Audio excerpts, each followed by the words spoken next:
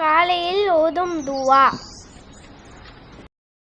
أصبحنا وأصبح الملك لله والحمد لله لا إله إلا الله وحده لا شريك له له الملك وله الحمد وهو على كل شيء قدير ربي أسألك خير ما في هذا اليوم وخير ما بعده وأعوذ بك من شر هذا اليوم وشر ما بعده ربي أعوذ بك من الكسل وسوء الكبر ربي أعوذ بك من عذاب في النار وعذاب في القبر.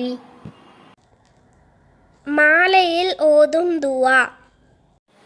أمسينا وأمسى الملك لله والحمد لله لا إله إلا الله وحده لا شريك له له الملك وله الحمد وهو على كل شيء قدير ربي أسألك خير ما في هذه الليلة وخير ما بعدها وأعوذ بك من شر ما في هذه الليلة وشر ما بعدها ربي أعوذ بك من الكسل وسوء الكبر ربي أعوذ بك من عذاب في النار وعذاب في القبر.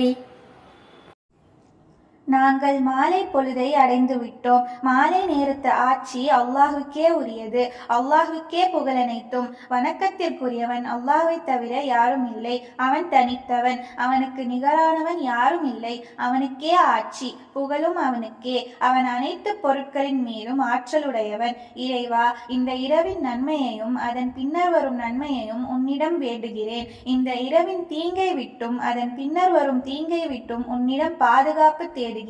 சோம்பலை விட்டும் மோசமான முதுமையை விட்டும் உன்னிடம் பாதுகாப்பு தேடுகிறேன். என் இறைவா, நரகின் வேதனையை விட்டும் மண்ணறையின் வேதனையை விட்டும் உன்னிடம் பாதுகாப்பு தேடுகிறேன்.